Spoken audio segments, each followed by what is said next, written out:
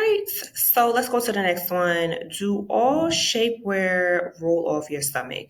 I did touch on this on the first question, but no, as I mentioned before, when you have shapewear on too tight, it will start rolling down and cause you to really like feel the restriction. These are not good, but when it just starts rolling down and just rolling down, and then that's that extra tightness on your stomach, it starts rubbing on your skin, which I have seen on a client. It starts to irritate your skin, and then you're like, I can't wait to take this off.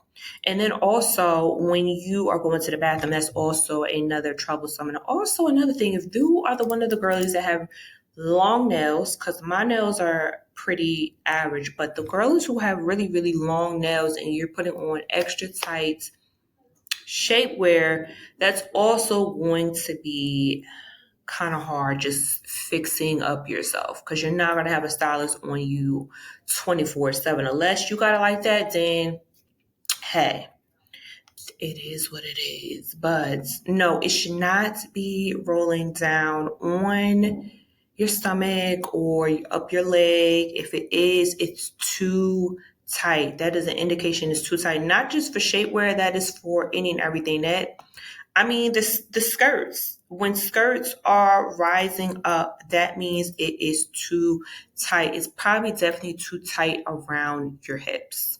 I'm a woman of color. I don't have hips. I'm actually not large at the bottom except for other areas, but I'm not one of the girls that have hips. But when you do have hips, it's usually around that area where it is abnormally too big and you're stretching it out too much out of its normal shape, and it causing it to rise in the other area. So giving you girlies a heads up. All right, next one.